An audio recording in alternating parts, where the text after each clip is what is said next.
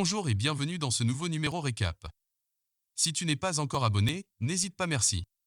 Nous allons commencer du côté de Barcelone avec Frenkie de Jong, le milieu de terrain néerlandais du Barça. Récemment interrogé sur son avenir, il a répété qu'il était très heureux à Barcelone et qu'il n'avait pas l'intention de rejoindre Manchester United, même si on ne sait jamais ce qui peut se passer à l'avenir. De Jong a été l'une des recrues prioritaires d'Erik ten Hag à Manchester l'été dernier, et United avait même conclu un accord de 85 millions d'euros avec le Barça pour l'ancien joueur de l'Ajax Amsterdam. Cependant, il est finalement resté en Catalogne.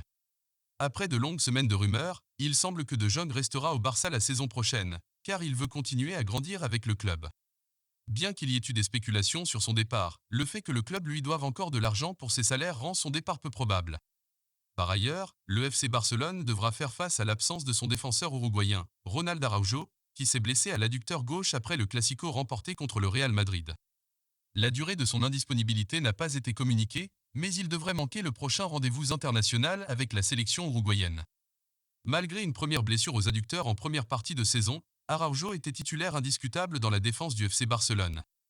Xavi recadre Ancelotti. Après la défaite du Real Madrid face au FC Barcelone, 1-2, dimanche en Liga, l'entraîneur madrilène Carlo Ancelotti a exprimé ses doutes par rapport au but refusé pour un hors-jeu par la VAR à Marco Asensio. Face aux médias, le coach des Blaugrana Xavi a recadré le technicien italien après cette sortie. Parler de la VAR, c'est grotesque. C'est un hors-jeu clair. Nous avons remporté un match dans lequel nous étions globalement meilleurs. Le but de Kessie a rendu justice. Sans la VAR, c'est beaucoup plus difficile, c'est pourquoi j'aime ça. C'est plus juste. Il y a hors-jeu ou pas, c'est pourquoi cela me surprend, a lancé le tacticien du club catalan. Du côté de Madrid, après le Classico, Karim Benzema, l'attaquant du Real Madrid, a été vivement critiqué par certains médias. Particulièrement effacé face au FC Barcelone, 1-2, dimanche en Liga, l'attaquant du Real Madrid Karim Benzema inquiète son monde et se retrouve très critiqué en Espagne. Physiquement, le Français, plombé par les blessures, a du mal à retrouver son meilleur niveau.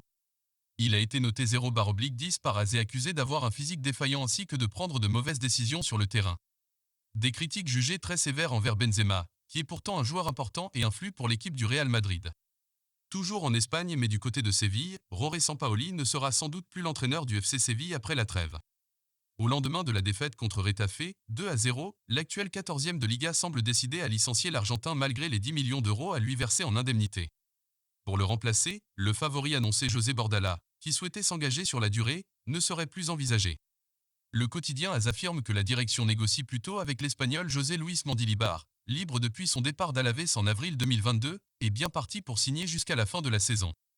Filons en Angleterre du côté de Tottenham. Compte vers la sortie. Après son énorme coup de gueule samedi, Antonio Conte risque d'en subir les conséquences. Sans surprise, The Telegraph affirme que Tottenham devrait virer son manager cette semaine. Aucune décision n'a été prise ce lundi, le président Daniel Levy étant en réflexion sur la succession de l'Italien. La solution interne et provisoire Ryan Mason, qui avait déjà assuré un intérim après le départ de José Mourinho en 2021, pourrait être privilégiée. À moins que Tottenham ne profite de la trêve pour convaincre un coach confirmé. Les noms de Mauricio Pochettino, Thomas Tuchel et Luis Enrique sont déjà cités. Voilà tout pour cette vidéo, merci de l'avoir suivi et si le contenu t'a plu abonne-toi et like.